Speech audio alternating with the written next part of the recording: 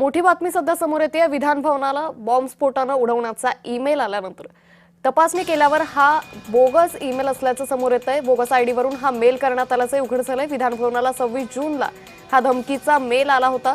त्यानंतर तपासणी केल्यावर बोगस आयडी वरून हा मेल आल्याचं सध्या उघड झालेलं आहे। या संदर्भात अधिक माहिती घेऊयात आमचे प्रतिनिधी जय पवार यांच्याकडून। जय, विधान भवनाला हा धमकीचा मेल आला होता, मात्र हा तपासणी केल्यानंतर हा मेल बोगस आयडी वरून आल्याची माहिती आहे। काय अधिक अपडेट?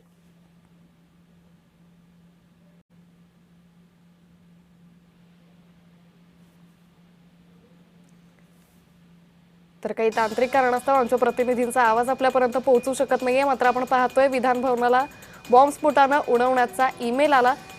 तपासणी केल्यानंतर बोगस आयडी वरून हा मेल आल्याचं सध्या उघडकीस आलेलं आहे।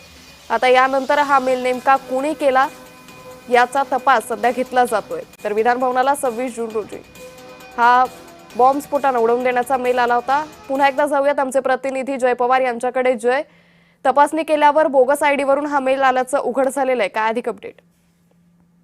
निश्चितच आपण पाहतोय की विधिमंडळाचं पावसाळी अधिवेशन हे सुरू आहे आणि या काळामध्ये कुठेतरी विधान भवनाच्या या इमारतीला आता बॉम्बस्फोट उडवून टाकण्याचा मेल हा पुन्हा एकदा आलेला पाहायला मिळतो। यापूर्वी सुद्धा जेव्हा अधिवेशन काळ हा सुरू होता त्यावेळी सुद्धा अशा पद्धतीचा मेल हा विधान भवनामध्ये आला होता। मात्र आत्ताच जर आपण पाहिलं तर शुक्रवारी सकाळी 8:11 विधान भवनला बॉम्बस्फोटने उडवून टाकण्याचा मेल जो आल्याची माहिती त्या ठिकाणी समोर आली। मात्र त्या दिवशी खरं तर सुट्टी असल्यामुळे काही कर्मचारी त्या ठिकाणी कामाला नव्हते आणि त्यामुळे कुठेतरी एक दुर्घटना ही कुठलीही झालेली नाही। मात्र मुंबई पोलिसांच्या माध्यमातून ज्यावेळी या संदर्भातला हा शोध हा जलद गतीने सुरू झाला त्यावेळी यामध्ये समोर आले की जो काही हा मेल त्या ठिकाणी आला होता तो जो आहे तो हॅक पद्धतीचा मेल, म्हणजे एका अज्ञात व्यक्तीकडनं फ्रॉड ईमेल जो आहे तो हा त्या ठिकाणी केला होता। मात्र या मेलमध्ये आपण पाहिलं तर मेट्रो स्थानक असेल किंवा मंत्रालयाची इमारत असेल त्यासोबतच मुंबई स्टॉक एक्सचेंज या 3 ठिकाणचा सुद्धा बॉम्बस्फोटने उडवून टाकण्याची उल्लेख हा त्या ठिकाणी करण्यात आला होता। मात्र अशा पद्धतीचा जो हा मेल आहे हा पूर्णपणे फ्रॉड असल्याची माहिती मुंबई पोलिसांच्या चौकशीतून समोर आली। त्यामुळे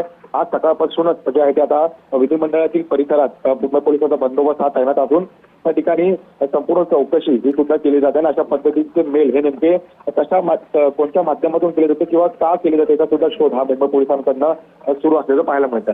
निश्चित तुर्तास धन्यवाद जय, आपण दिलेल्या सविस्तर माहितीसाठी।